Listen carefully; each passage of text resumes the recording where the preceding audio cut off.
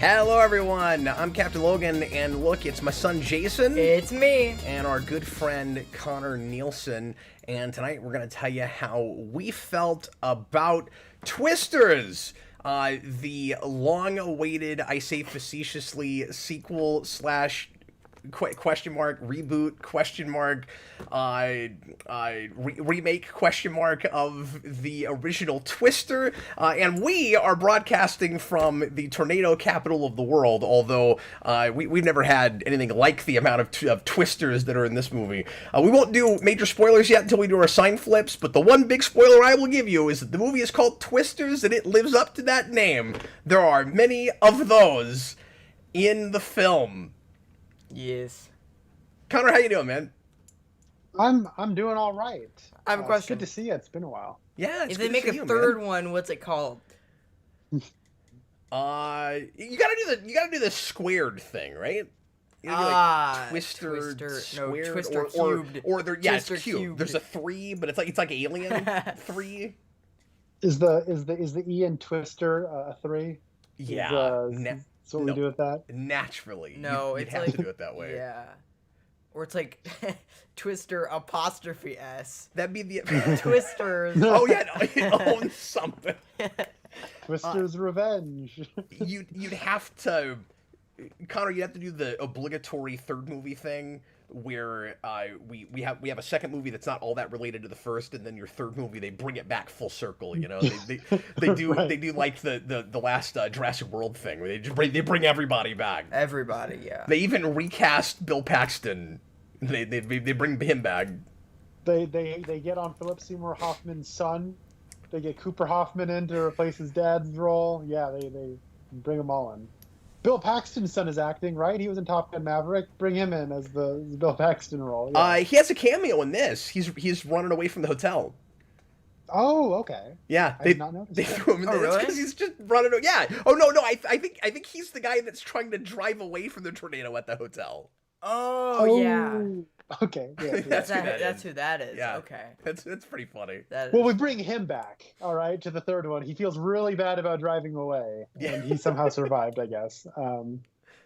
So, as I kind of alluded to, this movie is ostensibly in the same continuity as the original. Apparently, there's a couple of references to things in that movie, pretty much really just the Dorothy thing, but like no discussion that I noticed of any characters or anything in that movie. So it really stands alone. If you didn't see the original Twister, but you like disaster movies, and you want to see a summer blockbuster disaster movie, we don't make a ton of those anymore on the big screen. You could watch this without watching the original Twisters really easily, and it's...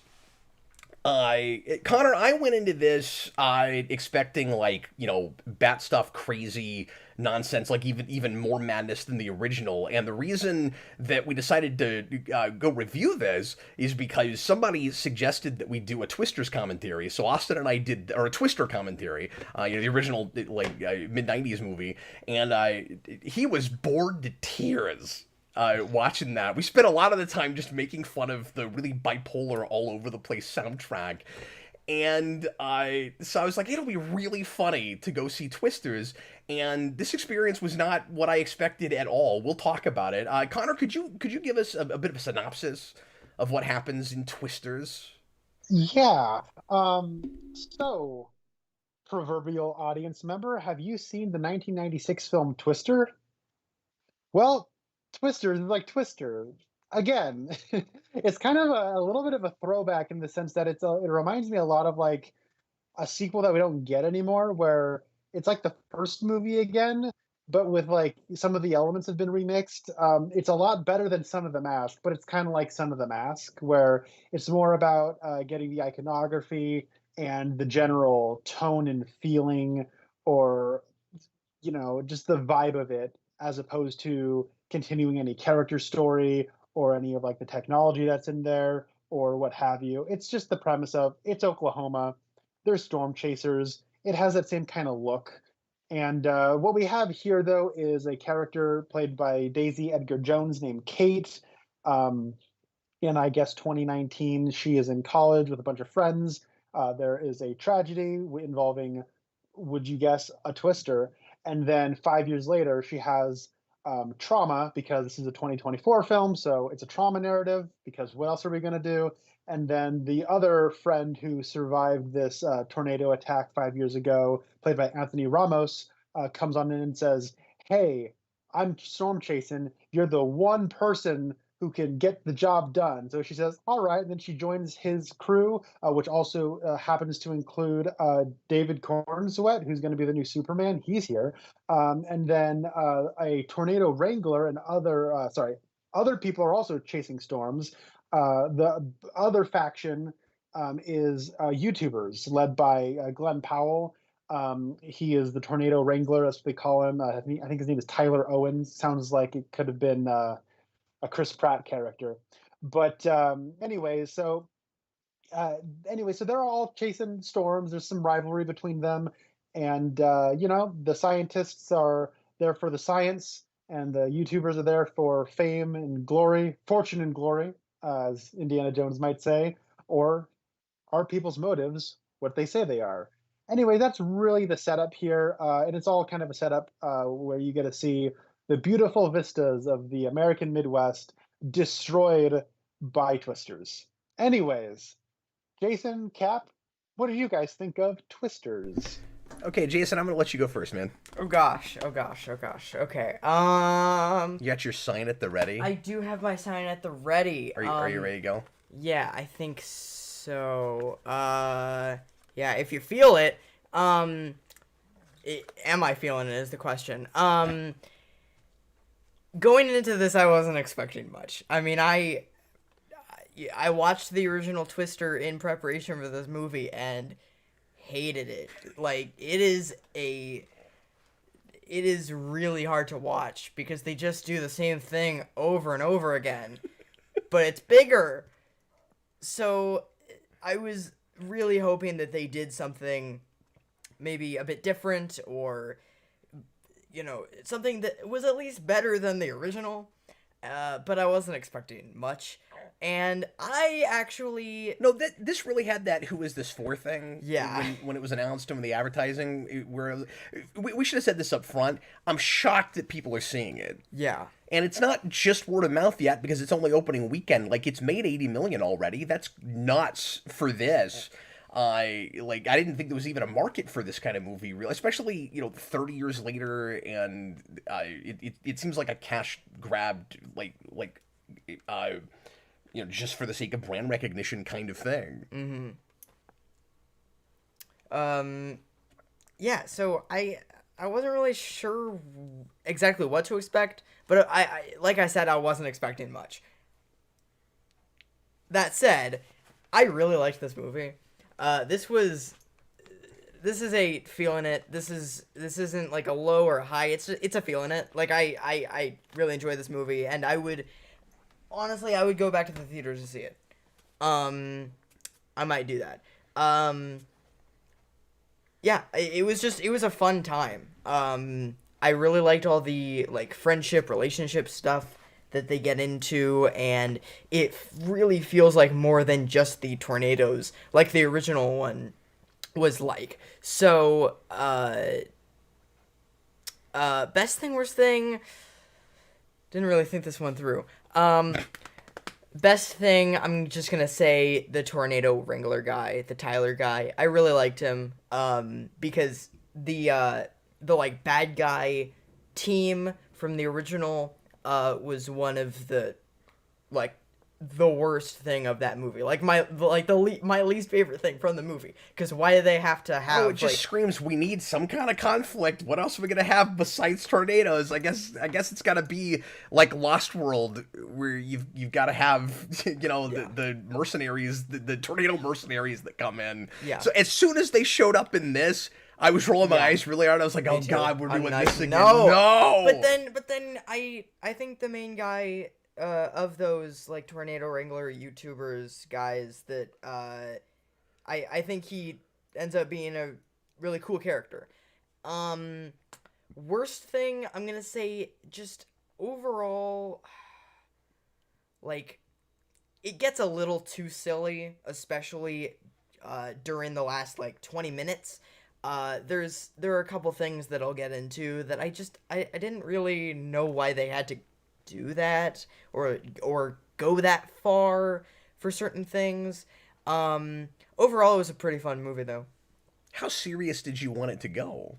Well, for the first what? It was a 2-hour movie. For the Yeah. first 100 minutes, it was pretty serious, and then Some of the action even earlier on is somewhat over the top, right? it does get over the top, which is good because it gets because I mean it's a sequel to Twister, right? but I don't know. There are a couple things that a couple people do where I'm just like, why did you even do that? Yeah, kind of motivation things. Yeah, kind of motivation things. I had a little bit of that. Like, how are you that much of an idiot? Yeah, yeah, You know, even in a pseudo Spielberg movie, like, how are you that much of an idiot? yeah. Okay. Okay. Connor, do you want me to go next, or do you want to go next? I'm gonna let you pick. Oh, go for it. Oh, okay. I'm curious to hear what you guys have to say because I've actually listened to your Twister commentary. Because yeah, I don't know. I just want to know what you think. Well, thanks, Connor. I guess I'll go ahead and go then. I'm gonna do the old school. This movie made me feel like business, Connor. Oh. This movie made me feel like I was watching the thing I wished they'd made in the first place, and the movie that people like walked out of the theater probably thinking they saw back then. Everything I found really forced with the character work in that movie actually worked this time around. When you go back and you look at the original Twister, it's like the divorce subplot, the like new like would be wife, all of that stuff. Like throw it out. It's pointless. It's a waste of time. Like I'm not buying any of it. It's the most 90s thing. Yeah, and the only reason that any of those characters are at all likable is because they're played by really good actors that actually have some chemistry. This movie had both, I thought. I thought on both on paper and through the performances, we had a would-be couple that was like really believable and earnest, and I bought all their performances. I really appreciated the reversals. There were places where I was really concerned that it was going in a super obvious direction, and it surprised me in a couple of places. And then once you get to the third act, once we know where everybody's alliances are and what their motivations are and where they're at, the entire last half an hour is completely callable. But in kind of a like nice like old school summer blockbuster, I'm really comfortable and I know where I'm at kind of way. Like I just missed these kinds of movies. It's not brilliant. It's not gonna change hearts and minds or anything. I don't need that or want that from this material. I was surprised that it was as smart and sophisticated as it was for what it is, especially just comparing it to the original. It's really sober. It's oddly thoughtful. It's like somebody actually wanted to make this movie, and it's kind of like a movie, which I really appreciated. Connor's right. It's got to have a real typical kind of trauma setup, but then that actress really sold it for me. I was kind of buying her plight. And I think with so many remakes and reboots that are just reskinned the same movie again to play it safe and not lose an audience, I actually ended up liking that this movie, you know, case by case, I'm just looking at this by itself. I kind of like that this movie opens in a really similar way that the original does, and then it kind of goes its own direction to some degree. And then there are like stand-ins and replacements for things in the original movie that, like, it's not one-to-one the same story or anything. We've got, like, the Storm Chasers from the beginning. It's not like a, child flashback, and again, you don't have the divorce subplot. And then when you have the bad guy Storm Chasers that show up, it ends up not being exactly what it looks like, and that ends up getting flipped around a bit, and like the characters that you thought you really liked and were on their side, maybe you were not, and characters you thought you were supposed to hate, maybe you're gonna end up actually liking them. I don't know, I liked all that. I kind of bought it, and like maybe maybe I'm a bit of a sap for that, but there's just stuff here that I've been missing that we don't do in these kinds of movies anymore. It was real kind of like I said, traditional Spielberg type stuff, and Spielberg, of course, is still producing like he did on the original, and this script was used as opposed to the original thing the studio wanted, because the studio wanted it to be the real typical like decades later sequel to the original, where it's the kids of the original characters. They were going to do that whole thing, and Spielberg comes in and reads this script written by the guy who wrote The Revenant, and he goes, and the story is apparently by the Top Gun Maverick guy. Like there's like real people involved with this movie, and Spielberg comes in, like talented filmmakers, and Spielberg comes in and he goes, no, I like that script, you guys should make that. And when I read that after seeing the movie, I was like, well, of course this is the script Spielberg wanted. This looks like a thing he might have directed. And the director, who hasn't done a whole lot, is kind of a newer director, apparently went back and watched Jaws for this, and watched War of the Worlds for this, which is a movie I don't like, but all of that really shows. And also, just being from the Midwest myself, I was surprised by, in the context of an over the top disaster movie, I was surprised by how like authentic feeling a lot of the storm stuff felt, and then the aftermath of the storm stuff. I think my favorite thing is, I'm gonna be like really generic with this. Best thing is just tone, and like general tone and atmosphere and earnestness. And my worst thing, I almost want to say incidental song picks. I almost want to say that. This has the like Home in Oklahoma. Oh my god, that song. This movie has that, like, soundtrack, from and inspired by kind of thing, and there's too much incidental music, and it's all of kind of different ilks, and it doesn't really go together, and I don't know.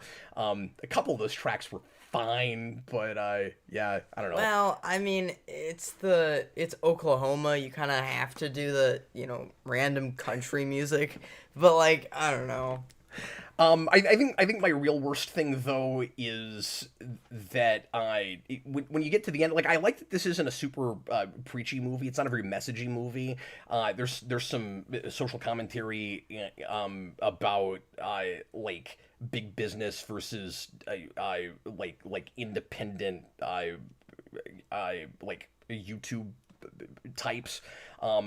Independent, what's the word, like entrepreneurs.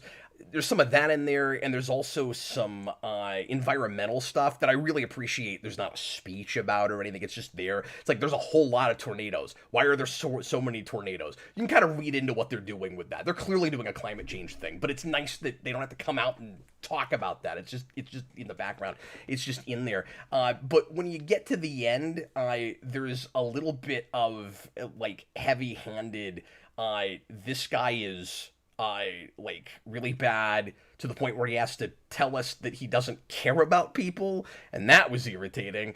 I didn't like that whole thing. On the whole, though, I was really surprised by this. I actually liked it quite a bit.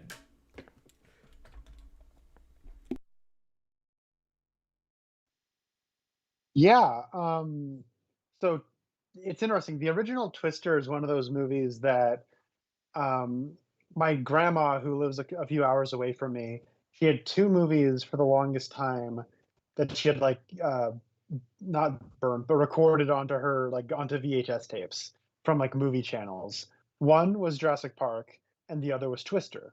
And I remember every time I'd go down, my cousin would say, "We gotta watch Twister. We should watch Twister." And I'd always watch like 5 minutes of it and be like, "I don't want to watch this." And so now that we have the Legacy sequel, kind of, it's really more of like a remake kind of thing, coming It out. And I reminded guess me it a got a little bit. I meant to say this, Connor. It reminded me a little bit of the Child's Play remake. Yeah, that's a good call. That's pretty good. And like, I didn't expect anything from it, and they went with a slightly different direction and different premise, but somebody actually kind of wanted to be there and kind of wanted to make it. Yeah. Oh boy, there's a this is interesting because like I finally watched the original Twister kind of begrudgingly because like I really never want to be the guy who says I don't like insert entire genre here. Because the people who will tell you they don't like westerns have also never watched westerns before. And the same thing with people who say they don't like musicals. The problem is, I have a really hard time with disaster And there's movies. not I a just lot of great find, ones. sure, I mean, but like I know a lot of people like Poseidon Adventure. I've never seen My it. dad's obsessed I've with Poseidon Adventure. My eyes Never glaze seen over it. when he starts rambling about that movie. I'm like, I get it, Dad. You're like the Poseidon. Oh my god. but I think like I have a hard time with like the American disaster movie formula, which is usually get a cast of like 20 to 50 people. It's happening all over the country or all over the world, and there's this one big thing, and they all have like these because there's so many different characters and so many different subplots. All of their conflicts need to be these trite domestic troubles, but really it has to be that way because it's contrasted against the existential magnitude of a disaster. It's like, okay, I don't care. Like, it bothers me. I find it very like, and I don't like using this word, but I find it really corny. Like, I just don't like that template for disaster Is it movies. like the sports movie formula? Well, I like the sports movie formula, Oh, but okay. usually, like with a sports movie from like they understand there's really only one of like two or three endings you can have for a sports movie, and then they usually find the character within that. With disaster movies, it's usually all spectacle Yeah. and like whatever framework the characters are there to facilitate it. It's basically just you're wasting time with these like cardboard cutouts in between scenes of spectacle. People will And come, Ray. and so like I guess this really got started in the 70s with the movie Airport, and there was a whole glut of like disaster movies going to like the Towering Inferno and Poseidon Adventure and all that stuff. And then in the 90s there was nostalgia for the 1970s, and so we had 90s disaster movies, by our Lord and Savior Roland Emmerich got to give us just the worst movies of all time, like Godzilla 1998 and 2012 and stuff. And I was there right for the heyday, and they aimed that at my age group hard, man. So like, I have an admitted nostalgia for this stuff, but it's difficult to go back to it. Mhm. So So, like, anyways, I was huge into Independence Day and stuff, but then I was over it very quickly. By the time Armageddon rolled around, it was like, F no, who cares? yeah. So I personally You like ever I've see always kind of like Volcano? I've never seen Volcano. That movie's amazing. I watched It's right the in the middle of Mystery the Science. street. There's a volcano. What? Dante's Peak is So better, but still doesn't hold up because I went back to that. That was a mistake. Anyway, sorry, Aw. good. so anyway, this is all kind of like long ongoing. To actually, to my surprise, I kind of enjoyed the original Twister. um, Almost like in spite of itself, I did kind of enjoy it. So when it comes to this movie, I was kind of interested for a few reasons. One, the director Lee Isaac Chung, he is kind of like on paper, he kind of fits the bill of like indie director, gets plucked from obscurity, placed in the director's chair of like I guess kind of now a franchise blockbuster. Okay, but I guess what's a little different here, though, is that he does kind of fit the material, I think, better than I don't know Colin Trevorrow did for Jurassic World, based on his previous work. Because actually, like, I was only familiar with one film he had made before this called Minari from the year 2020. It was nominated for Best Picture at the Academy Awards. Admittedly, for 2020, it's not like there was a lot of competition, but that was a great movie. It was probably my number one or two favorite movie of that year. It stars actually Stephen Yeun from The Walking Dead, and he's the voice of Invincible. But Oh, anyways, cool. that was a really great movie, and it's I should about watch that. I like that guy. yeah, it's on my Vudu or Fandango at home. So if you want to watch that, you go ahead. It's sort of autobiographical movie about these Korean immigrants in the 1980s that move to Arkansas and become farmers. And so Lee Isaac Chung is from the Midwest, and like he clearly has an affection and an affinity for that landscape, for those people, for that way of life. And so I'm like, yeah, getting this guy to do a Twister disaster movie, yeah, okay, sign me up for that. And then like I love Glenn Powell. He's been like one of those rising stars that I've been rooting for a long time. So when I finally watched it today, I got to be honest, I didn't really care for it that much. I didn't dislike it, but I wasn't also really into it, and it did kind of actually fall more in the on the side of disaster movies that I typically don't care for. And I found myself actually kind of bored through most of it myself. And I think in large part this was due to the director does a good job here in the production. I think it's like you were saying, Cap, like that's my favorite thing about the movie is the way in which like there's a real authenticity to the way it's rendered. The production is really beautiful, and there is an affection and an affinity for like the I mean it's yeah, it's kind of a silly disaster movie, you know, people are kind of like hooligans and whatnot, but it doesn't feel caricature so much as like if I were to make like a movie about Portland, there would be kind of a sense of humor about it, but I'm not making fun of Portland, if you know what I'm saying. Like this is kind of what I get out of that. But yeah, I think though where he kind of struggles here though is that in making a disaster movie and also like a character study, like he kind of, or like a character driven narrative, I should say. I think that he does kind of get into that age old problem I have with American disaster movies, which is okay, now we have a scene that's about the characters. Okay, now we're done with that. Now it's time for a disaster scene. Okay, now we're done with that. Now it's time for this. Like, and so it's like I don't feel like the action and the character narratives are really woven together as tightly as something as disaster movies I do like Titanic. I think that does a good job of actually blending those two stories in a pretty elegant way, which also has Bill Paxton in it, actually. So I'll say best thing is actually the production in terms of how tangible it is, and I really like the special effects. They're really really good actually, and they shot this on 35 millimeter film. I think it That helped shows a in terms of lot. how, I think it really shows in terms of how the visual effects blend.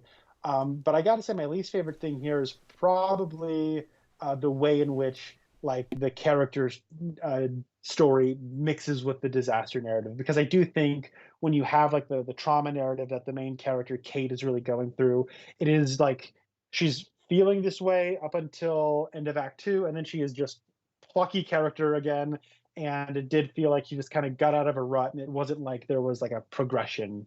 I didn't think so. I'd say all told, not feeling it, but it's not like a hard red. It's just kind of more of a middle of the road movie. I'd probably give it a yellow if we had a yellow. But I don't know if I would ever watch it again. And I actually did like the original Twister more, which I feel like is weird because it's obviously not as good of a movie as this one is.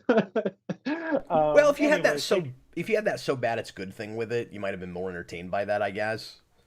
And I've Well, just never had that with it. I didn't even really have a so bad it's good. I just think that that movie is directed by Jan de Bont or Jan de Bont.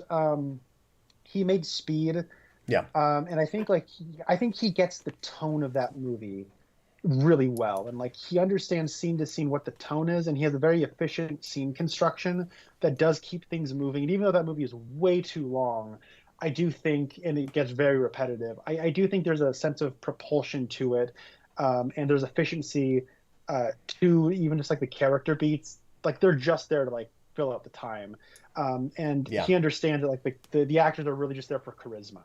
And Bill Paxton, doggone it, that guy was a movie star, and he knows how to carry that kind of a movie. And yeah, anyways, I don't know, it's weird. I feel weird because I feel like I should like this movie more than I do.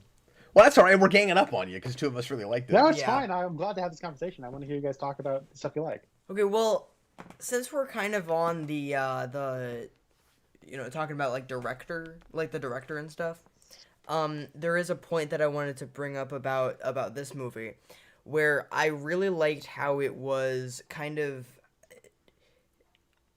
I might be reading too far into this, but kind of just in the way that it was shot with like the cameramen.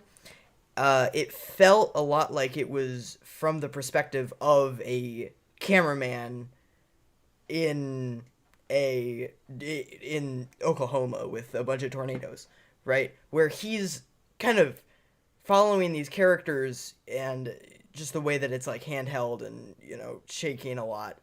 See, that And was sort when of it's like pseudo documentary style. yeah, and when it's like when there's like a disaster, when it's like a disaster part, the camera will like shake more because it's like he's like in terror, right? And Yeah. it's like, Or the wind is really blowing it, you know. yeah, It's real visceral. yeah. In those scenes. Like, I did I really love like that. how it was. Yeah, I will say There were though. a couple places, particularly in cars, where I found myself jostled a little bit, and I was like, "Oh wow, that's cool!" Like it's actually doing that to me.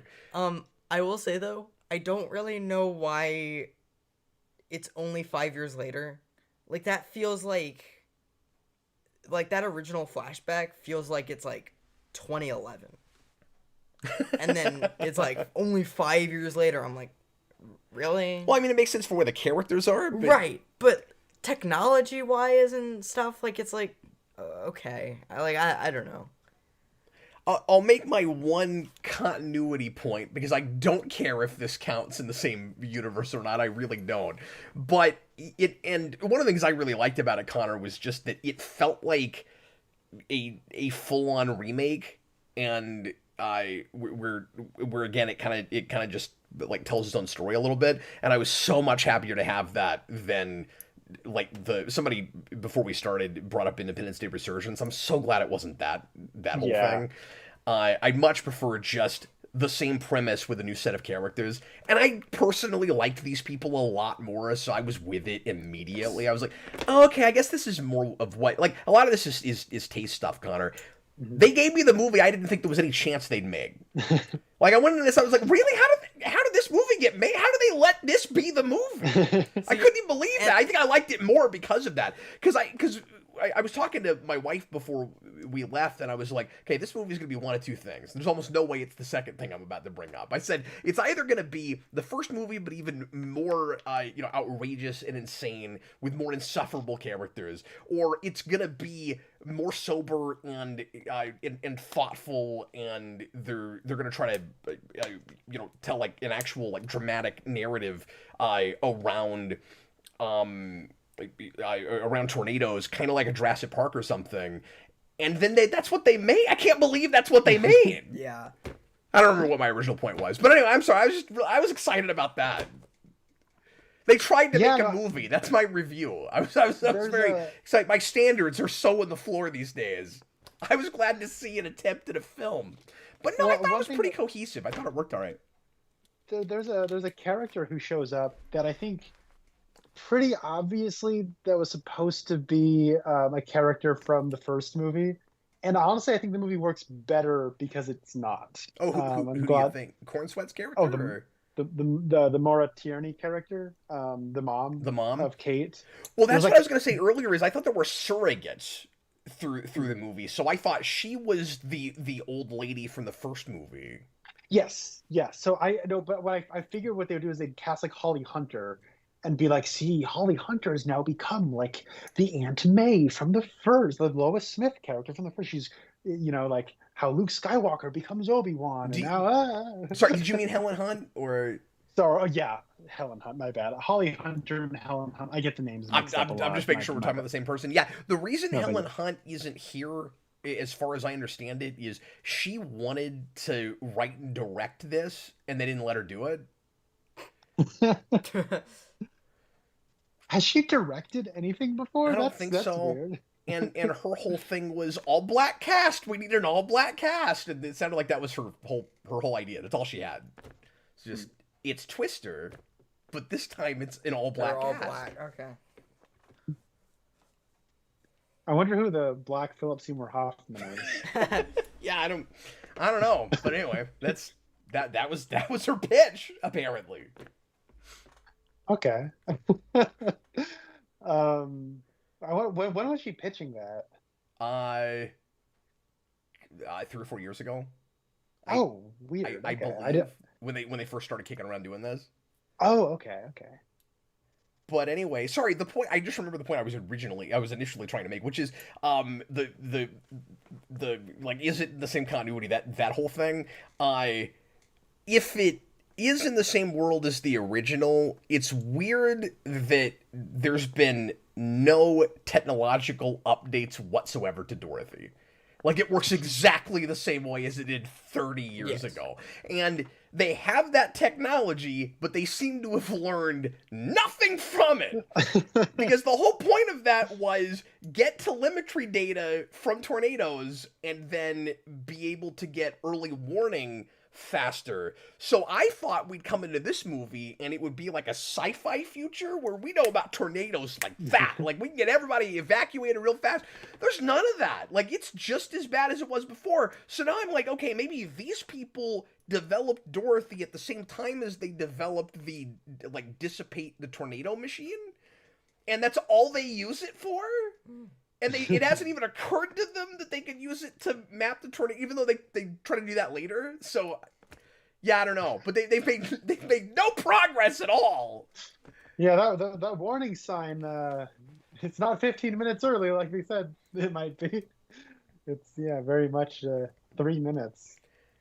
Also, there's a thing I thought they were doing at the start that maybe helped me get one over faster, which is I thought it was gonna be yet another really obligatory don't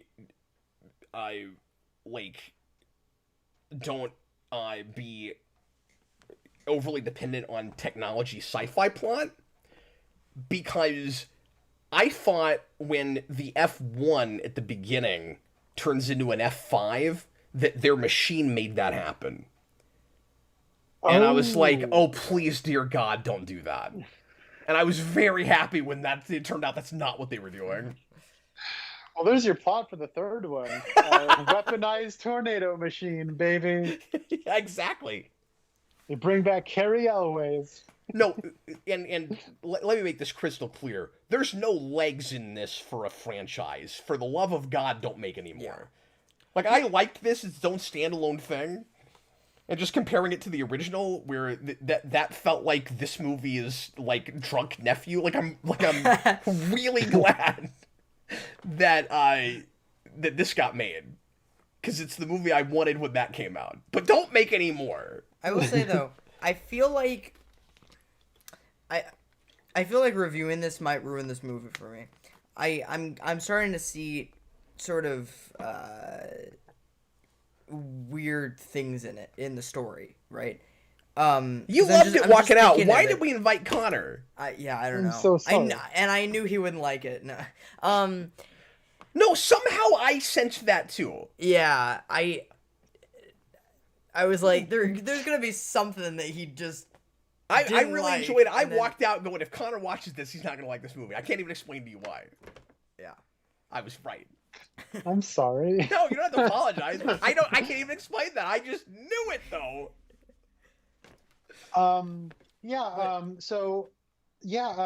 Jayson, you were talking about how you liked the Tyler, was it Tyler Owens? Is that character's name?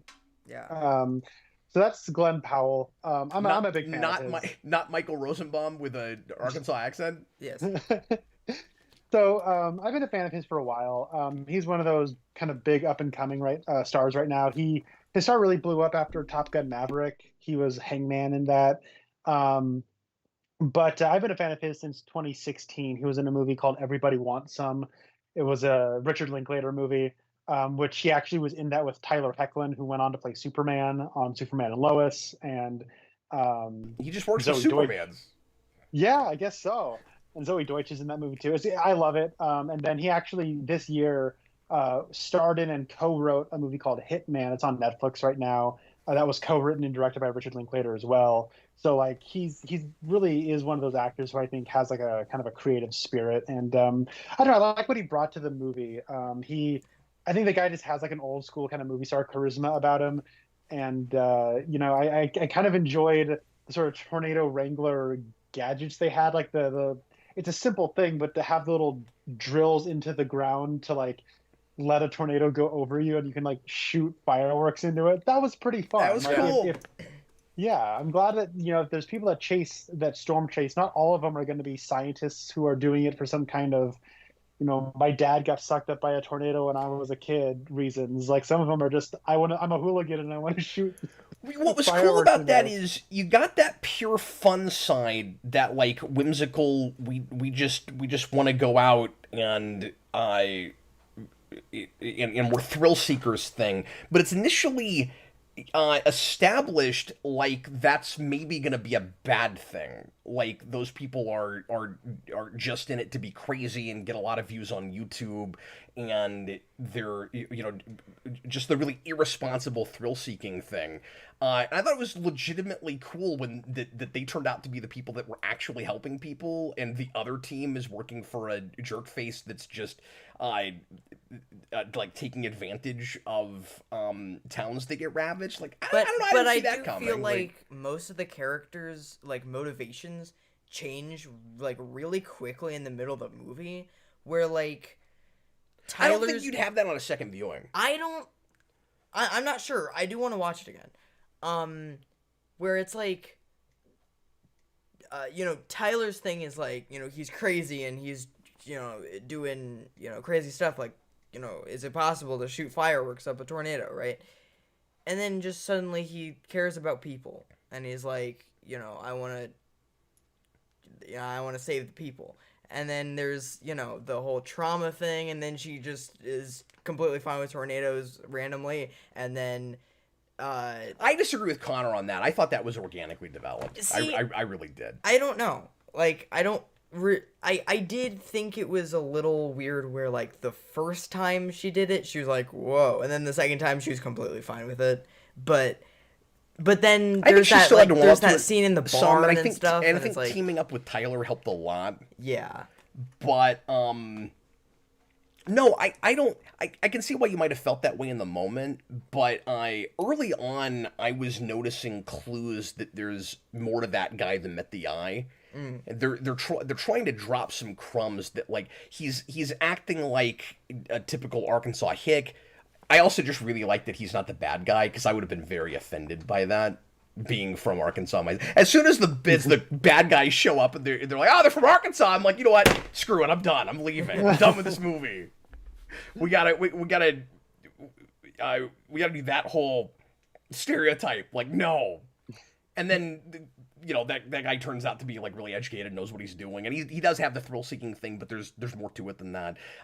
They establish, oh, they're selling T-shirts, they're profiting off of this too much, and then it turns out that all the proceeds to that are helping people from towns. Like I got the sense once we got those revelations that was all there the whole time. It didn't feel like that 24 thing where it's like this actor has been playing a character earnestly for 12 hours and then turns out to be a bad guy, so now they're playing it bad. I didn't have that with Des. Yeah.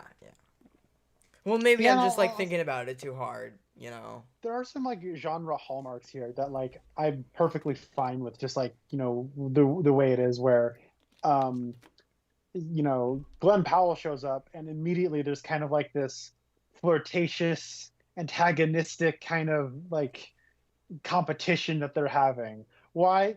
Because it's a disaster movie and they're the romantic leads. That's why. It's like kind of completely unmotivated. But Yeah, because they're it's after fine. different things. They're not really in each other's way that much. Well, and I love that No, they did the thing that they did in the first movie where they See, are that like, bothered me at first, and then once I liked that guy, I didn't really care as much. But yeah.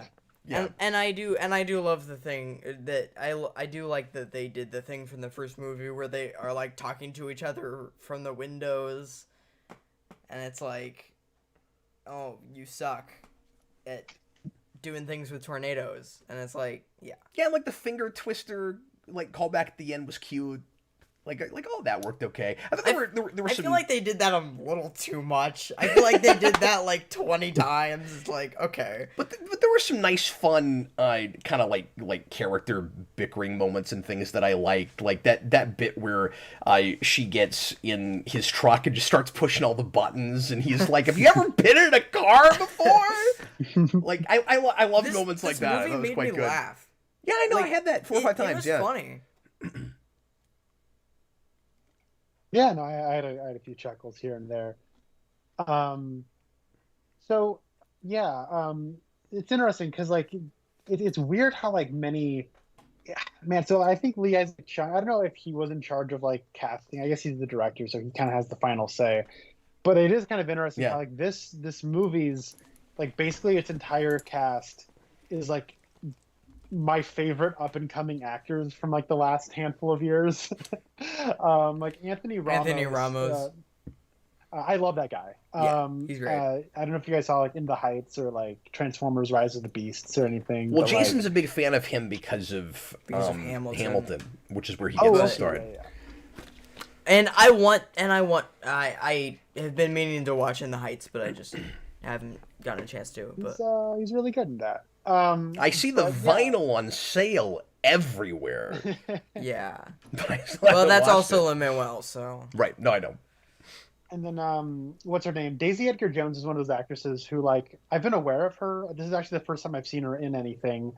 She looks just like Emily Blunt, but she has Anne Hathaway's eyes, which is kind of crazy. But no, she's pretty good. I wanna see some of the other stuff she's done.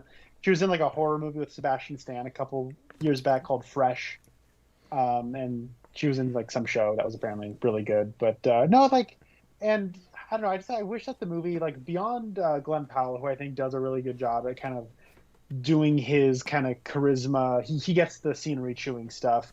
I was kind of like, if I had never seen these actors before in a movie, I don't know if I'd get a lot out of Anthony Ramos, because I do really like him and I know he's a very charismatic guy. But I don't think like he gets like a chance to really do a whole lot. And I actually, again, it's weird, but comparing it to the first Twister movie, like, I remember Philip Seymour Hoffman. Like, I remember like a lot of those kind of secondary characters having like a little bit more personality, or like Jeremy Davies from Lost is in there, and but you know, some of the secondary characters here, they didn't have as much like, I don't want to compare it necessarily, but it's kind of hard not to have that other one in my mind. But like that little community of like people, it was like there was a lack of like colorful characters, and like to the degree that when it was just Kate and Tyler kind of bonding together and getting close to each other, it wasn't that I was not even missing the other supporting members. I forgot they were even in the movie until they showed back up a little bit later. Well, and I was concerned at that point that Ramos had been basically written out of the movie. I was kind of wondering if he was even going to kind of come back, or if it was going to be like right at the very end, and I appreciated that it became kind of more of a triad thing with them, and I'm glad they redeemed him in some way, because I don't think... and maybe that was a little obvious and typical, but for a second I thought it could go either way, and I thought maybe they were setting him up to kind of be the bad guy, and I didn't really want that for that character, because I liked him fine for the first half. I think part of the problem you're having, maybe, Connor, is just in the initial premise, the initial setup that they went with, where those are two characters that have to play pathos and tortured quite a bit. And so for them to be as, like, fun-loving and bouncing as the original... In the first movie, you have the one character with the tragic backstory. They gave two of our triad the same tragic backstory. And so that's why you have that. Yeah, and I guess, like, I do, you know, now that I'm thinking about it, like, movies about grief or trauma, like, they are, like, a little bit of a harder sell for me. Not that... Obviously, I love, you know, there are movies that I love that are about that. But, like, it is one of those things where usually if your movie is about some kind of grief or trauma, it'll happen at the beginning so that we can get our character to that place, because that's what the story's about. But it does become a little tricky because I didn't really know them before that, so I can't experience that same sense of loss or that same sense of grief that they are. So it's like I'm spending a lot of the time trying to catch up with them. And so it's like I can intellectually understand it, but you know, on a more visceral level, it's difficult for me to feel that same. No, that's a great point. Like, what were those two characters like really like in college in their heyday? Because we most of the time we spend with them is with that baggage. Mm-hmm. And yeah, that is a sometimes sort of a necessary evil for those kinds of stories, where you don't want to spend too long establishing a status quo that you're going to break 20 minutes in to get your real inciting incident, but at the same time, I would like to have lived with them longer. I'm also, at this point, numb to it, where I'm just so used to having to live with that, that I don't question it as much as I would have when I was greener and back in writing school and told you weren't supposed to do that. I'm just like, yeah, it'd be nice, but. And also, the movie's already 2 hours and kind of too long. Like, as much as I appreciated the breathing room, and it doesn't feel like there's a bunch of stuff like, cut out of this. It's not hobbled together. I do think 10 minutes could have been trimmed, probably. Yeah. Yeah. I will say, between these two movies, they actually do have a lot of variety in the tornado action. Yeah, absolutely. And I was pretty impressed by Yeah, how much they get out of this. Yeah, I was gonna talk about that because that was my big problem with the first movie is I got really bored with the tornado stuff because it just felt like there wasn't too much variety for my taste, where they kind of just did the same thing over and over again, but this time it's an F3, this time it's an F4, oh boy, it's an F5, right? This time, and then when you get your best set piece, you don't get to live in it long enough. Right. In the original, when you finally drive through the house and it's awesome, it's like, oh, that's all you get? We'll go read a book. Like, that's it? Okay. Yeah. And, also, every tornado in the first movie, they're, like, going towards it, right? And I thought it was, as silly as having, a tornado every 5 hours may seem, I felt like in this movie it was a lot more, realistic, where it was like sometimes tornadoes happen and you're not just going for it. It just happens while they're just hanging out, right? And then they have to, help the people instead of being in the truck, Okay, but the timing, even with the constant tornadoes, and we established that right away. This feels like, Connor, one of those summer blockbusters where the initial status quo that's set up is we're having a massive heat wave. We're having a heat wave in the middle of December. It felt like that whole thing. It's like, oh, there's so many tornadoes. Even with the ridiculous number of tornadoes, and again, I think it's pretty clear they're doing a whole climate change thing with that. The timing of their being at the rodeo and then it hits them right then seemed, even for this, a little overly convenient to me. Yeah. And there is a paper to be written, Connor, about this is a superhero origin story. Like there absolutely is. And I kept noticing tropes, and one of them was the tornado shows up while they're in the middle of trying to watch a rodeo. It's like Two-Face at the circus in Batman Forever. Like, it felt like your villain keeps showing up and ruining your fun. But it's like, Dad, the movie is about tornadoes. You can't have 10 minutes without a tornado. or without someone doing this and making it look like it's a tornado, right? And also, I will say that that like model thing that she has in her house. That's cool. They should sell those. They should build those and sell them. She makes the tornado. That's awesome. I gotta say, that's the part of the premise of just these movies that I'm in for that, where it's like, there's just gonna be, okay, we just dealt with this one tornado. It's fine. There's another tornado like a mile and a half up the road. Let's go to that one. Yeah. Well, and this was fun because there would be multiple ones, and they had to decide which ones were actually going to come together and do the things was they also needed. cool. I liked that a lot. Cool. Where they're like arguing and fighting to figure out which one. I don't know. Maybe their female they're lead throwing each other off and is stuff. a little too typically brilliant. I had that a little bit. Well, that's fine. Like that's just like with the Bill Paxton. He's like the tornado whisperer, and like they do try to give like her a little bit more of like she's more educated, where it does feel like borderline supernatural in Bill Paxton's case. Well, and that's why that's one of the reasons I'm saying it felt like a superhero origin story, where she's got to have her tragic backstory, where she blames herself for getting people killed, and I was glad that it wasn't Moby Dick all over again, like the first movie. Like she's not going after. She doesn't want revenge on the tornado. In fact, she's got PTSD and is kind of too afraid to go to the tornadoes initially. exactly. But and Connor, I'm sorry, I'm jumping all over the place. I don't agree with you, and I guess Jayson was with you on this a little bit too, with the idea that at some point she just kind of has a flip and she's like not freaked out by the tornadoes again or anymore. I thought that whole thing worked okay. Like once it became for her more about saving people, I kind of bought that she got over it, especially because she's on a redemptive arc. But that made it like a superhero thing, because then you get to the end and she figures out how to dissipate the tornado, and so she's got her superpowers where she can go find them, and then she has like a machine, like she's Batman or Iron Man or something that can dissipate a tornado when it happens, and then they're gonna go on to more adventures at the end, and she's probably gonna keep using that, and I'm like, oh, okay, she's a tornado woman, like. Red tornado. Maybe I related to this partly more too because the one big superhero I invented when I was a kid was Tornado Man. Oh, really? Yeah. Yeah, he had he could fly because he had the power of funnel clouds. Oh, okay. And he could shoot tornadoes out of his hands. So Spencer and I came up with so many random superheroes when we were kids. I think the one we both remember as like the lamest one, I can't remember which one of us came up with it, but it was Lemur Man.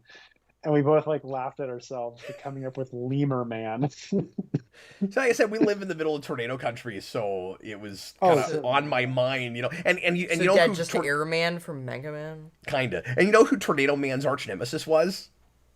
What? F10. It was a tornado that was 2 times larger than is possible. That's awesome. Yeah, I was waiting for like an F6 in this movie where it's like, whoa. But no, that didn't happen. Yeah, they called them all EF numbers in this, and I went and looked that up, and that's what they use now. And when I was a kid, they always said F, not EF. So what's the reasoning? Did you see what the reasoning behind that was? I think they just pronounced the E now, and they didn't used to, where it was always EF, but they just say that. Yeah. Oh, but it's like F. Yeah. It stands for something. I'd have to look it up. I can't remember. But anyway, that's just a little tidbit. Oh, something else I think is really funny, Connor, is and what made me, once I read this, I was slightly more okay with just the sheer consistency of tornadoes showing up. They shot this in Oklahoma. They were originally going to shoot it somewhere cheaper, and they finally threw their hands in the air and went, let's actually shoot it where it takes place.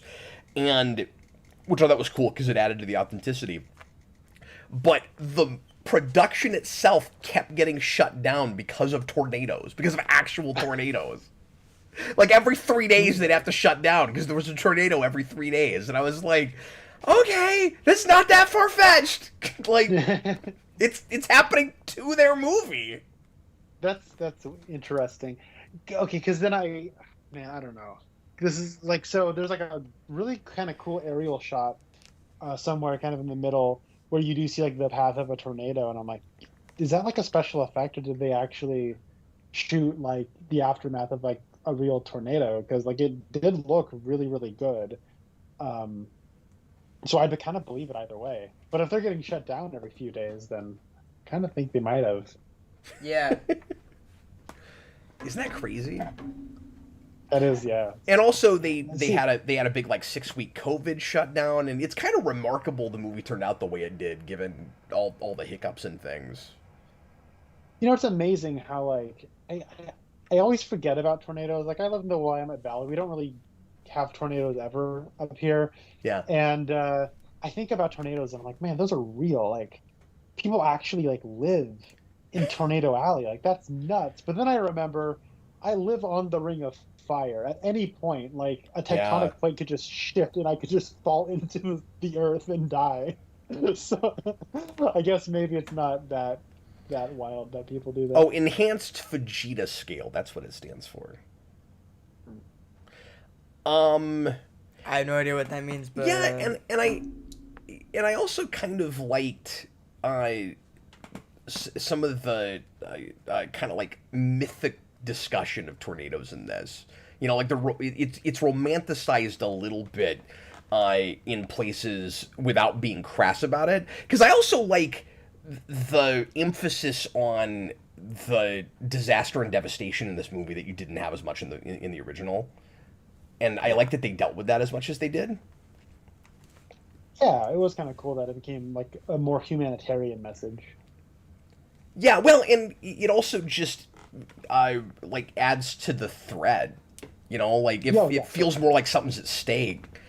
You know, like we keep trying to get there fast enough because they're ravaging these towns, and you kind of had that a little bit in the first movie, but I felt like we brushed over it in a way that we didn't in this. Yeah, I don't know how like because like I think I might have a slight disagreement there. I think like seeing like the aftermath and like kind of seeing the outreach, I think it does like the movie does a good job at communicating the sense of community that kind of happens when these kinds of tragedies happen. But that being said, when I think about like the first one, like we do hang out with Lois Smith, and she cooks them steak and eggs, and I mean, it's not exactly high art or anything, but like when you find out that that tornado is headed towards Aunt May's house, Oh no, I'm like, that's oh true. no, I kind of, I know who she is. Like Lois Smith is a charismatic character actress. You're I you're I don't want her also to get hurt. you're also 50 minutes into the movie before that happens.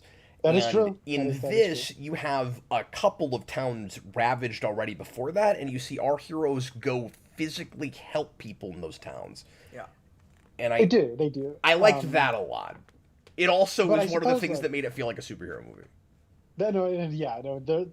You explaining the superhero element is certainly it's certainly there. I'm I sure I wasn't could thinking think of more about it. stuff. I kept having it all the way through. But yeah, no, it is kind of interesting how like, oh, in order to help you through your trauma, you got to help others. And now that you've conquered that, now you have the ability to dissipate the tornado.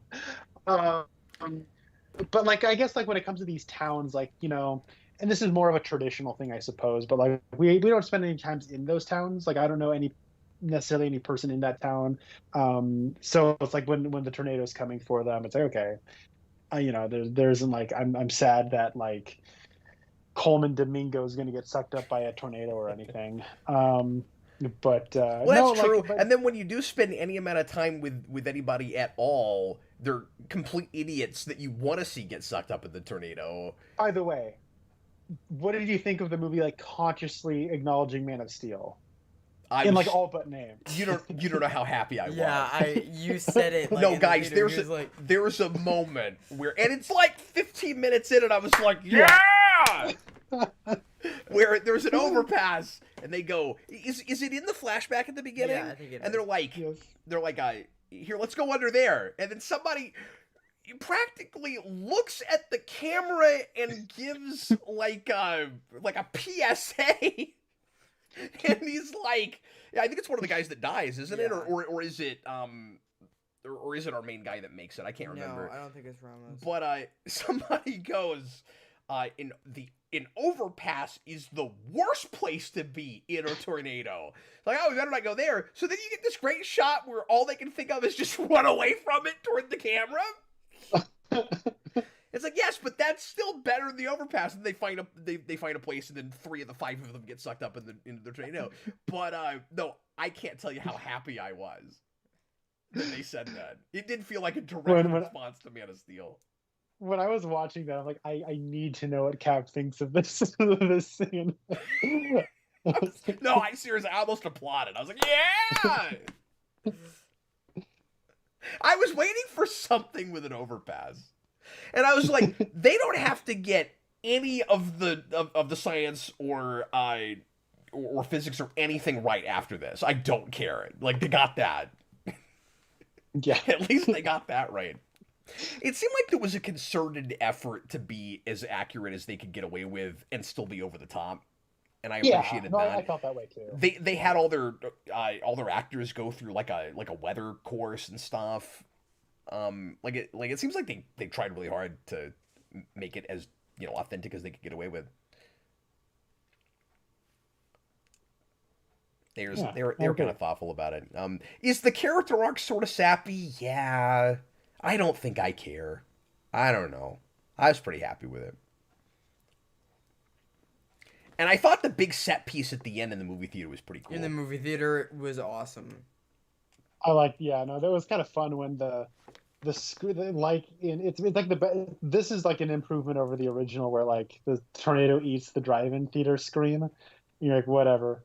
But then in this one, that whole wall gets sucked up. And it's like you're watching the movie we're watching. It's great. Yeah, it was a really fun frame within frame. I'm like, that's pretty fun. Well, and that's super Spielberg. Spielberg would have done that shot. Yes, he totally would have, yeah. That was really fun. And I like how long that went on. Like, we lived with that for a while. Like, all these people in this theater, like, trying not to get sucked up, and then, you know, you've got the big climactic moment where the twister dissipates just as one of our main characters is about to get sucked up and die. I don't know, it's predictable, but very classic. Like, I like that a lot. Something kind of poltergeisty about that. Yeah, I can definitely see what you mean. Yeah, that is very much like the portal into the other world, and yeah. You know what I hated though? What's that? The thing at the end at the airport when he drills everything into the goddamn. I hated everything that. About the airport was so dumb. And then it was like, oh, because of course. I was so out at that point. I was like, well, he's gonna get arrested. Yeah. And then he's like, and then he runs after her, and then of course, due to a tornado. Yeah, that's fun though. That's the kind of. But it's like they weren't doing that throughout the movie though. Yeah, but you end the movie with the threat of the movie. It's like they're gonna go on more adventures. Like I liked that, and apparently they shot 2 endings, one where they kiss and one where they don't, and that was the smarter move, I think. Yeah. Because it's implied, it's pretty obvious that they're going to get together and be a couple after that. I was fine with how subtle that was handled. I was kind of hoping we'd get like a smooch. I feel like this is definitely the movie that should end with a smooch, and we didn't do it. And I'm like, and you know what? I'm the guy that's always complaining that we can't have love stories anymore, and I feel like that's starting to turn around. I feel like we're beginning to get more stuff again, and I'm not talking about just movies in general, but just like, you know, the big tentpole blockbusters. It seems like we keep avoiding having romantic plots because it's just too typical, and a lot of filmmakers seem worried that it's gonna make their female leads look less strong if they have to fall in love with somebody. And I don't understand that. It's just a regular part of life. Like, you know, you can make the guy her love interest. Like, I don't understand that, but whatever. And that's kind of what they do. Like, because it's like, they do kind of do the gender swap kind of the archetypes in the first movie, where she's the person who's kind of moved away from this life, but she's also the tornado whisperer, and he's kind of more of like the, you know, because Helen Hunt wears like tank top, and you know she ain't Star from the Lost Boys wearing those shades, and you know, as a therapist, you know, she's kind of the lady who gets her hands dirty, and then that's kind of like what Glenn Powell is in this movie. But I guess I got a few thoughts on this, because like on the one hand, she's still trying to get over like her ex boyfriend, or like her dead boyfriend, dead fiance, whoever that guy was. She still kind of got feelings kind of built up with him, so she's maybe not wanting to maybe move on so much. But then at the same time, like, and like the relationship she has with Glenn Powell, it feels like it's more flirty and intellectual before it's like passionate and romantic. So it's like, maybe I understand why they would be not able to kiss by the end, but at the same time, it's like they do have a lot of charisma that, like, as an audience member, I want that kind of catharsis. Yeah. Maybe it's not necessary for the characters. I don't know. I guess I do have more mixed feelings on it than I thought. If he's gonna run after her like that into the airport, then it's not going too far at that point. But I guess in the moment I kind of appreciated it just because, like, it's the typical thing, and I was expecting it to happen. But then I'm also praising bits of it for going back and doing the classic Hollywood thing, and you could have had your cake and eat it too. You could have had the kiss be interrupted by the tornado announcement. That's what I figured they would be doing. That's like the very classic Hollywood thing to do. Okay, something like that. I'm with you. Let's meet in the middle. That's what they should have done. They should have been making out, and then do tornado. Oh, damn it! We got to go deal with the tornado now. I guess we can't make out anymore. That's what it should have been. let's ride this twister out in my car because You it's know what? been The drilled last into the the last concrete. line should have been, "Let's take your car." Oh, That's there we go. they can't take his. And then they do a mid credits where he's pressing all the buttons in her car, and then she says, "Have you never been in a car before?" Yeah, there we go. We got it. We got it. And Robert then the says, "I ghost feel of like Bill 15 Paxton years shows of up. Cap complaining about tornado representation in superhero media has led us to this moment." It has indeed. Oh my god, I'm so glad they did the overpass thing. 4 out of 4 they did the overpass thing. Robert, is this the best tornado fiction you've seen? Yes. It's not a lot of contenders there, but yeah. How does it compare with Sharknado? Oh, true. And Wizard of Oz. Oh yeah, no, that's true too. Well, I can't put it over Wizard of Oz. I feel like a bolt of lightning is gonna strike me dead right now if I said it was Well, better hold on, than hold on, Wizard hold of Oz. Hold on. Well, we're talking about tornado fiction, okay? The tornado representation in Wizard of Oz, maybe not the most accurate depiction. All right, great movie. No one's denying this. But is it For authentic to the tornado experience? fiction? He just said tornado fiction. He didn't say the way the tornado is represented. Yeah, but it's but as tornado fiction, maybe it's not as. Do you remember that weird part toward the beginning of the movie where they mentioned that a character got struck by lightning and then it never comes up again? Yeah. What was Remember that? That was weird. You just blink and you miss it. You're like, oh, that, and it was like, it was the one moment of really forced exposition and dialogue, and then it didn't matter. Where it was like, yeah, in that time that you got struck by lightning, and I was like, oh, important character plot never comes up again. Oh, did you like Ben? That was the most like 90s what's the word I'm looking for? Like comic relief kind of character you possibly could have gotten to this movie. It's like, oh, he's a posh British man that doesn't know how to deal with being in big action scenes and being jostled around in vehicles, and now he's throwing up. Isn't that hilarious? It's like the. Oh no, that was tedious. I didn't need that. Yeah, that felt like it was maybe like when you read the script, there was maybe a better through line there, and then kind of as they edited it, it was just kind of this artifact. Because like his whole thing is he's writing a story, and then like as he's writing the story on Tyler, the real story ends up becoming about Kate. Yeah. And there's like a point where they kind of just need to like explain it because it's kind of fallen so far into the background. Like, I don't know, I wouldn't be surprised if that was more of like a script thing that as the project evolved. No, the mistake is where they put it, because the big reveal that the story he wrote was actually.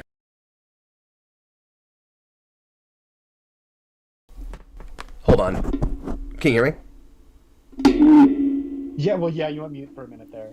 Yeah, you did too. I don't know what happened there. Anyway, sorry. What I was saying is the whole thing about his writing that story about her and not about Tyler is actually in the mid credits, and it's just in that montage, and it's easy to completely miss that.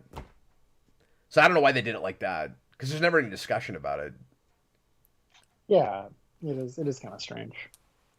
So I don't know. Anyway, I had a lot of fun with it. Yeah. Yeah, you know, as far as like the summer movies go, like I take this over a few of the stuff that I've seen. So yeah. Now you could say I don't have any standards anymore. I don't see enough movies anymore. You've seen better things this year. I don't go to anything. So Hey, I did not dislike the movie. Okay, got Glenn Powell in it. It can't be all that bad. no, I know what you think. You said Connor. not feeling it. No. He said yellow if we had yellow. That's what I'd say. What I'd say rent it if you're interested. There we go. Nice, Yeah, nice. it's funny because I was gonna say this earlier. I'm with you. Like, I want to praise it for special effects. I did, and I really like the atmosphere. I call that my favorite thing. I, for whatever reason, still don't feel like this has to be a big screen experience, and I don't know why I felt that way about it. But even being in the theater, I was like, this looks really great. The large screen's not doing anything for me with it. I would be fine Oh, with this at home, I but I do then not I did not agree with that. the only thing I might say go to the theater for is just it's fun to be in a theater when the theater gets destroyed, but that's just an That's true. image theme sort of meta thing. I It's think not even it's because of yeah. it being on a big screen or what it looks like. I think it's just the it. I for me, I think it's like I think this is a great movie to see in the theater because it has that very much like 90s summer blockbuster feel, right? Where you go with your friends to the movies to see this once, Yeah. right? And it's like I think it's a good just like fun like theater experience. It's Yeah. weird how all these really young people made a movie that felt like it was for my generation and nothing younger. Like, it really felt like that. Well, that's yeah, because it's interesting you say that because like I don't know how old Anthony Ramos is. I think Daisy Edgar Jones is like my age. Lee Isaac Chung is like I think he was born in the 70s. Like so maybe he was like in his 20s during like I don't know, but like I think like 90s nostalgia is it. Yeah, that's kind of like where we pivoted to. Yeah. And so I think kind of making something that is kind of this reverent towards that kind of movie is becoming more popular. And considering how much money this made, I'd say like it is like it is becoming more in vogue to just kind of be more into that simpler kind of entertainment spectacle, Well, and remember how nothing huge so glib and remember how huge Top Gun Maverick was. yeah, oh yeah. And obviously that's 80s nostalgia before 90s, but I just mean like old school action movie. Like, people are clearly missing that stuff. Yeah, and like, and this is something that like I don't know how you guys feel. You guys actually live in the Midwest, but like just as a viewer, like I feel like I never see the Midwest in like entertainment, like in terms of like movies and TV shows. And so I'm like, it's like watching like Westerns or even something like this that just takes place in Middle America. I'm like, it's a nice landscape. I like looking at these places, and it did. There is something kind of nice and refreshing to me, anyways, about it as opposed to I don't know what's the last like movie I saw. Yeah, well, um, everything's always the coast. It's always California or New York. or when you watch like a spy movie, it's always going to like Berlin or London. France or going to like the big touristy cities. And it was kind of nice to just go to rural Oklahoma. There was And something really how kind of nice about often, seeing a rodeo. Like and am I that's kind of right? cool. Am I right about this? How often when we go to a farm or a real small town is it uh like totally ambiguous as to where you even are? Yes. Yeah. We do that a lot.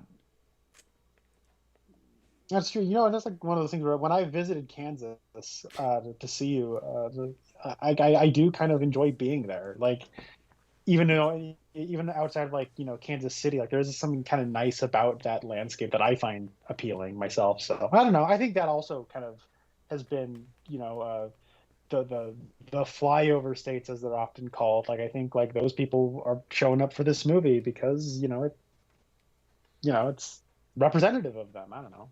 That's what I'd say. Yeah, Connor, I'd love to get you all the way down to Arkansas at some point because that has that same kind of feel, but with mountains, and it's just a lot Yeah, let's prettier. go to the Yeah. mountains. But yeah, no, I'm glad I at least saw it. I'm not going to be watching Deadpool and Wolverine, so I'm glad I was able to get to the theaters. Yeah, Connor's boycotting Deadpool and Wolverine. Look, I'll only watch Deadpool and Wolverine on one condition. All right, and that's if Anya Taylor-Joy is in it. So if she's in that, you should text me, let me know, then I'll watch it. But Oh, okay. otherwise, I'm just gonna skip it. Yeah. Yeah, because you just don't even like the Deadpool movies in the first place, right? I think I kind of like the second one, and I'm mixed on the first one. I think the to the degree that I enjoy those movies is almost in spite of Ryan Reynolds and the Deadpool I character. kind of have that a little bit. Um, Yeah. that's kind of where I'm at with them, and I So, just I'm so just you kind of just are you just yeah. worried No Way Home again? Like, is that Um, I'm kind of against like the premise of the movie. I find the premise to be artistically offensive. It makes me Mm. respect Hugh Jackman less. It makes Logan, the entire subtext of Logan, mean less. Which is a good movie. even with the Yeah, no, loophole of he's playing a different version? Like, oh, I don't care. Yeah, I don't care. That's all plot stuff. That's Well, no, and I'm like just it's and so Hugh I'm just Jackman though. and I'm just sick of Ryan Reynolds. So like That's me. well, Yeah, sure, and yeah. yeah, and like I said, I don't like the idea of like yes, I will go to it and I will review it. Like I will give it a shot cuz I like those movies. Mhm. But I don't like the idea of marketing it as we have no other ideas, so let's just bring Wolverine in. And I'm like, really? Like you have no other ideas, so you just market it as, oh, Wolverine's here and we're in the MCU. That's the only jokes that we're gonna make, or at least My that we're gonna Yeah, I sell hope it there's. on. my big worry is moving forward. Like, I'm not offended by it the way Connor is, but it does feel potentially creatively bankrupt. I'm hoping that it's like clever and creative enough that it wins me over on that to some degree, but it needs to be a one-off standalone thing. And my worry is, especially the way Feige's talking about mutants now, because the whole next phase now is supposed to be the mutant phase. And I'm like, oh, okay. Because my worry now is, having brought Hugh Jackman back, they're going to really solidify this idea that nobody else can play Wolverine, and I can't have that. Yeah, Like, no, I hear you there. I'll say, that I cannot have. yeah, and I just, I remember when we talked about No Way Home, people were like, these people have had it out for No Way Home since it was announced. That's not true. I've had it out for Deadpool and Wolverine since that was announced, which is why I'm not going to be watching No, it. that's all right. So, I didn't mean to and I put you on the think spot or since anything. I was just, no, I since I've had it out, I'm not going to watch it. So there you go. well, you don't I'll have make all to. the people who would be mad at me happy that I won't be voicing my opinion on one condition. So there's that. Yeah. Anyways, I hope you guys like it. I hope Well, I people hope enjoy it's it. fun and not a waste of my time. I mean, I see all these things anyway, so Yeah. um, I mean, it is the only MCU movie, so hopefully it's good. yeah, Yeah. No. I mean, it sounds like it's gonna make all of the money, so yeah, they'll rake and that in. I don't know if that's a good thing or not. Just moving forward with what Marvel will learn from that and take from that, because they're so desperate right now. You should play Wolverine. No, I can't play Wolverine. I'm small enough, but I'd never be able to bulk up the way Look, that I would you've need got to. two of his names. All right. I That's think you can play true. Wolverine. And I'm short. I've already got that over Hugh Jackman. Is 5'6" too short, or is it the right short? I think it's the right short. I think it's a little too tall for Wolverine, if you ask me, but I think you can No, do it. he's probably more like 5'7" or 5'8". Honestly, he's probably even a Yeah. little bit taller than I am, but he's not. He's not 6 foot. He's supposed to be short. That's the thing, is I want finally to get a small scrappy Wolverine, and I'm afraid we'll never get it now. Yeah, that's kind of like what you're talking about with. It kind of just solidifies that this is the only. So that's kind of like the problem it was like one frustration I had with No Way Home, which was like, I mean, I guess we can have Green Goblin in these movies, but like, we've already this Peter's already met a Green Goblin. Like, Yeah. come on. Yeah. So, all right. No, I'm with you. Well, now we're all sad and depressed. But like I said, hopefully it's cool. I'll let you know if it's any good. You still don't have to watch it. Well, I will certainly tune in and hear what you guys have to say. Well, hopefully, well, at least we had one pretty good summer movie that we all saw, so or that we both saw. Yeah. And I haven't been to anything else really, so I don't So- have much else to Hey, you saw, compare it you The saw to. thing that we Kingdom went of the to was Planet good. of the Apes. Well, I mean, it's anything else since the summer officially started, because that was earlier. Oh, But Yeah, was Planet of the Apes after Godzilla, or was it before Godzilla? See, I thought it was after. It was after. It was Okay, after. then Weren't you last there time for we that? saw it- I was there for that. I was gonna say I okay, knew it was yeah. something more recent. There you go. Yeah. I told you, All sir. Anyway, You did. You did. You told me so. You did. Everybody, thanks for watching. I mean, hope the you- audience wasn't here for that, but sorry. I hope you enjoyed our stepped all shockingly over it. positive review on Twisters and Connor's not as shockingly lukewarm wishes that he had a yellow sign flip review of Twisters. What I need to give Connor is like a stoplight where he just presses a button on the back that's red, yellow, and green. like Star Trek, and he can have it as like an armrest. Oh, and you it's mean like a Baylock? Big, yeah, with Yeah. Baylock, where it's like a big stoplight, and then he just presses a button. And So wait, every time he comes into a review, Connor just goes Tranya. yeah. Okay. All right. Well, anyway, thanks a lot for watching, everybody. We'll see you again real soon. Lots more stuff here on Geekvolution. I was Captain Logan. And I was had Jayson. Jayson, and also Connor Nielsen. Bye, guys. Connor the Stoplight Nielsen. Bye, everybody.